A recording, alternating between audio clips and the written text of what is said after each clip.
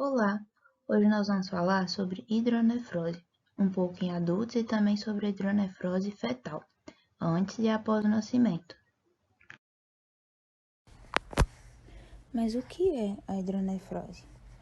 Bom, ela é a dilatação do rim que acontece quando a urina não consegue passar até a bexiga e por isso se acumula dentro do rim.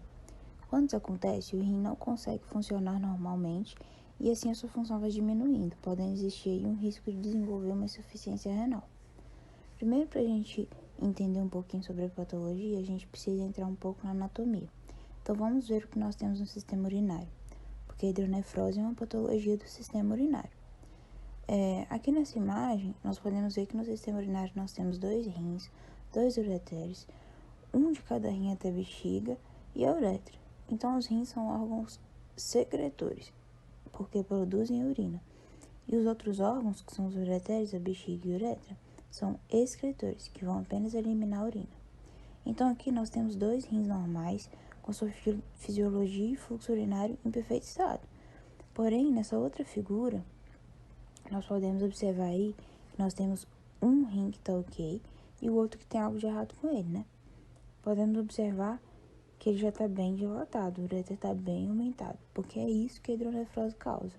Isso acontece quando a urina fica presa ali dentro do rim e não consegue chegar até a bexiga. Então isso faz com que a urina, que era para estar passando pelo ureter até a bexiga, acabar ficando presa ali. Ele está produzindo essa urina, mas não está conseguindo eliminar, porque tem algo no meio do caminho que está impedindo que isso aconteça. E como eu já disse, isso faz com que vá diminuindo a função do rim, podendo existir um risco aí de insuficiência renal. E quais são as causas? Bom, geralmente nos adultos, a hidronefrose ela surge como uma complicação de outra doença, como tumor nas vias urinárias, por exemplo. Mas, em geral, essa obstrução pode acontecer em razão de anomalias estruturais, pitose renal, cálculos renais, compressão dos ureteres por órgãos adjacentes e outros. Na maioria dos casos, a hidronefrose ela afeta apenas um dos rins, mas também é possível sofrer de hidronefrose bilateral, na qual os sintomas podem surgir mais rapidamente e ser mais intensos, já que ambos os rins eles estão afetados. Então, existem 2 tipos de hidronefrose, a crônica e a aguda. Toda doença aguda tem tratamento e cura, porém não impede dela voltar a acontecer, né? Já na hidronefrose crônica, não tem mais o que ser feito. A doença ela sempre vai estar ali e o paciente vai tratar apenas os sintomas dela. Então, a diferença de uma doença aguda para a crônica é que a aguda tem tratamento e a crônica não tem mais. E no caso da hidronefrose aguda, quando essa obstrução começa rapidamente, qual é o sintoma que ela pode levar, né? Geralmente uma cólica renal, que é uma das piores dores que uma pessoa pode sentir, é uma dor aguda, intermitente no flanco, que é aquela zona localizada entre a costela e a anca, e sempre do lado afetado. Então, se for no rim direito, vai ser desse lado que a dor vai se manifestar. Já na hidronefrose crônica, quando progride lentamente, pode não produzir sintomas, né? Então o paciente não sente nada. Mas ele tem um problema crônico ali, né? Ou se houver algum sintoma, é um ataque de dor surda. O que é o ataque de dor surda? É uma dor difícil de se localizar. Uma hora a pessoa vai achar que tá mais para cima, outra hora vai achar que tá mais para baixo. Enfim, os primeiros sintomas da hidronefrose, eles são mais leves e normalmente incluem vontade de urinar sempre, frequentemente, uma vontade repentina de urinar. Então, se de repente do nada, ai, vontade de fazer xixi, então esses são os 2 principais sintomas. No entanto, com o tempo pode surgir outros sinais, como dor constante na parte superior do abdômen e costas. Então, é uma dor que o paciente sempre vai ter naquela região. Já as náuseas e vômitos, elas podem vir acompanhadas principalmente quando a pessoa tem dores muito fortes. Pode ocorrer também dor ao urinar, sensação de bexiga cheia, mesmo depois de urinar, dificuldade para urinar, redução do volume da urina e uma febre baixa. Então, esses seriam os sinais e sintomas que podem aparecer com o tempo, né? E além disso, a hidronefrose também pode causar um problema maior, porque a pessoa pode desenvolver infecções urinárias, porque se não tratada logo, né? Essa urina que fica parada ali, só se acumulando, ela é um prato cheio para bactérias se proliferarem. O tratamento para a hidronefrose, ele consiste em retirar a urina acumulada e eliminar a causa da doença, né? Para que a urina possa fluir livremente até a bexiga e sair do rim. diminuindo aquele inchaço. Dessa forma, o tratamento ele pode variar de acordo com a causa da hidronefrose. Para pedra nos rins, o profissional de saúde ele pode recomendar fazer um acompanhamento com ultrassom, né, ou cirurgia para retirar a pedra de acordo com o tamanho. Para o aumento da próstata no homem, pode ser colocado uma pequena rede no interior das vias urinárias para aliviar aí a pressão causada pela próstata, né, e permitir o fluxo da urina. E em caso de infecções urinárias, podem ser tratadas apenas com o uso de antibiótico. Já no caso de tumores, né, pode ser necessário aí fazer cirurgia para remover a massa, além também de poder ser necessário fazer um tratamento com químio ou radioterapia, por exemplo. Bom, é de extrema importância monitorar a ingestão de líquido desses pacientes e o débito urinário, né? Levando em conta a administração de antibióticos, de acordo com a prescrição, claro, e tudo de acordo com cada caso. Outros cuidados se aplicam aí de acordo com a necessidade afetada do paciente. Agora vamos dar ênfase, né, de forma mais resumida, nas coisas mais importantes sobre hidronefrose fetal antes do nascimento e após o nascimento, né, como os colegas já haviam dito. Bom, através dos exames de imagem no pré-natal, o diagnóstico de hidronefrose antes do nascimento passou a ser mais comum. E a avaliação, ela começa a partir do segundo trimestre de gestação, né, da 14ª à 26ª semana da idade gestacional. E nesses ultrassons são avaliados a dilatação renal, né, porque quanto maior o grau de dilatação, maior as chances, né, de desenvolver problemas renais, que no caso, né, são as uropatias. O segundo aspecto avaliado é o formato do parênquima renal, né, que é a estrutura que compõe o rim, caso o rim apresente perda do formato normal ou a presença de cistos renais. E o terceiro aspecto, né, é o líquido amniótico, onde sua maior parte é produzida pela urina, né, que é excretada pelo feto. E caso o feto, né, tenha obstrução na saída da urina, obstrução, né, na uretra, pode ser uma situação, né, causada por uma válvula de uretra posterior. E a quantidade do líquido amniótico vai se reduzir, o que chamamos de oligodrâmio. E isso, né, tira o prejuízo da função renal do feto, além de que o líquido amniótico ele é muito importante, né? Ele é fundamental, né, para a maturação do sistema respiratório e do trato gastrointestinal desse bebê. Após esse achado, então é feito um acompanhamento e esse acompanhamento ele tem que ser feito através de ultrassons, né, contínuo, feito ao longo da gestação até o nascimento do bebê. E caso tenha uma dilatação bilateral dos dois rins ou até mesmo uma obstrução da saída da bexiga, então é avaliado a presença do líquido amniótico.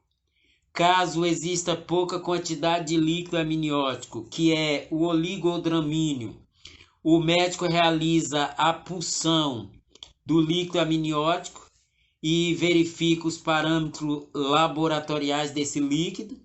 Caso os parâmetros sejam favoráveis, pode-se optar até mesmo por uma intervenção intrauterina, que é no feto. Essa intervenção é feita a comunicação da bexiga diretamente com a cavidade uterina, para que esse líquido amniótico seja produzido mais facilmente.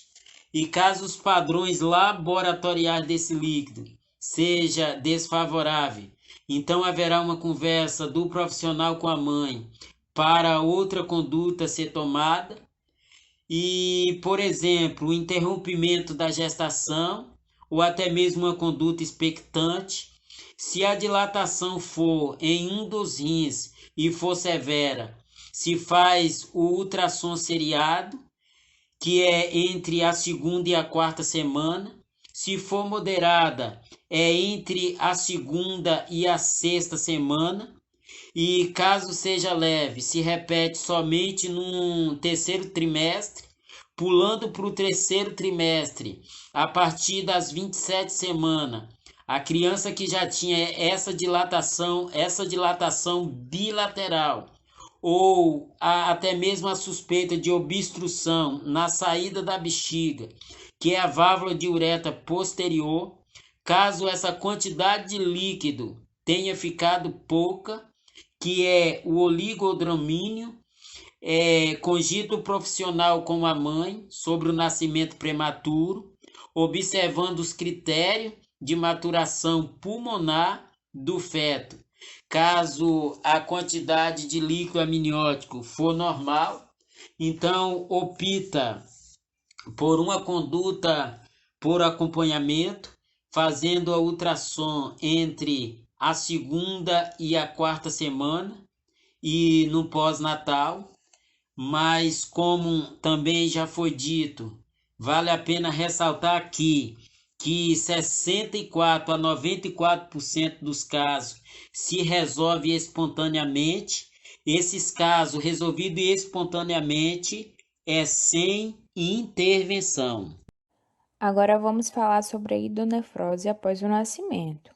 A fim de evitar a investigação desnecessária e exposição à radiação ionizante, que seria o raio-x no bebê, são estabelecidos alguns critérios para a realização de exames complementares. Para melhor entendimento, existe uma classificação para a urologia fetal, que grada essa dilatação, que seria o grau 0, normal, sem dilatação, grau 1, dilatação somente da pelve no início do ureter, grau 2, dilatação dos cálices menores do rim, grau 3, dilatação dos cálices menores e dos maiores, e o grau 4, que seria a dilatação dos cálices maiores e dos menores, acompanhado de um afilamento cortical. Esse afilamento seria o afilamento do envoltório do rim, que é um grau maior de dilatação.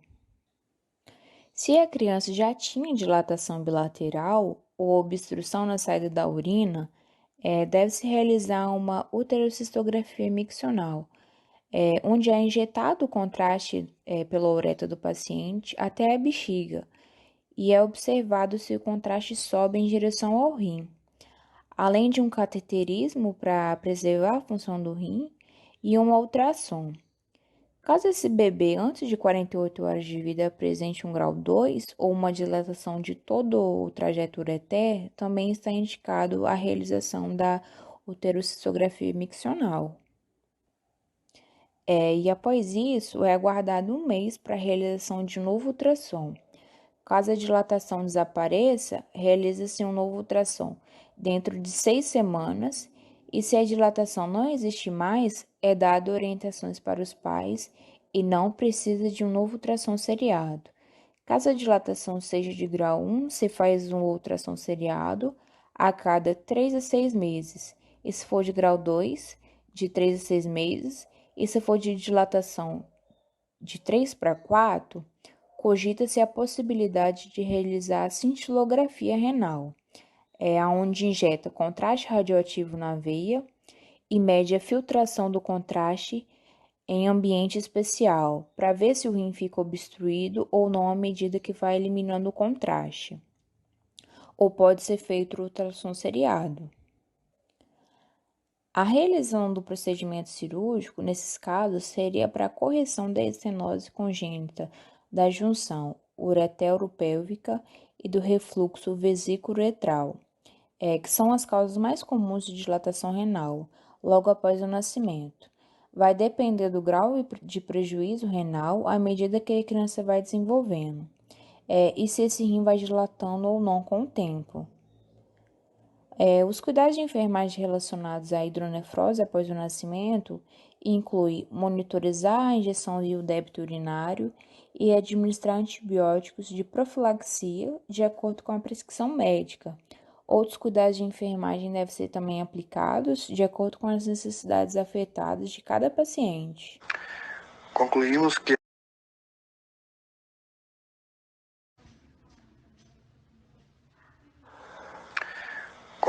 que a hidronefrose no geral não é uma condição grave, mas pode ser, principalmente se não for diagnosticada e tratada corretamente.